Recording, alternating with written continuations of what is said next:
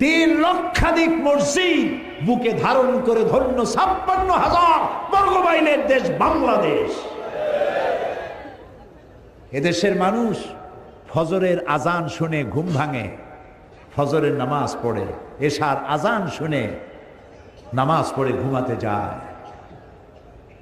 আল্লাহু আকবার ধ্বনি চতুর্দিকে আওয়াজ আসে। আপনি মসজিদে আজান হচ্ছে আর আজান শুনে আপনি যদি বাড়িতে নামাজ পড়েন তো আপনার নামাজ কবুল হওয়া নিয়ে সন্দেহ রয়েছে, কবুল হবে কিনা সন্দেহ রয়েছে।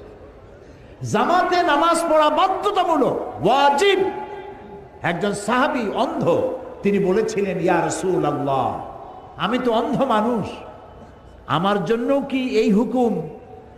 রাসূলুল্লাহ জিজ্ঞেস করলেন, তুমি কি আজান শুনতে পাও?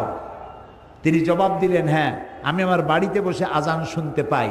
রাসূলুল্লাহ বললেন, জবাব দিও, তার মানে তোমাকেও মসজিদে আসতে হবে। একজন অন্ধের জন্য জামাতে মসজিদে যাওয়া থেকে রুখসত পেল না, সো কলারা কি রুখসত পাবে?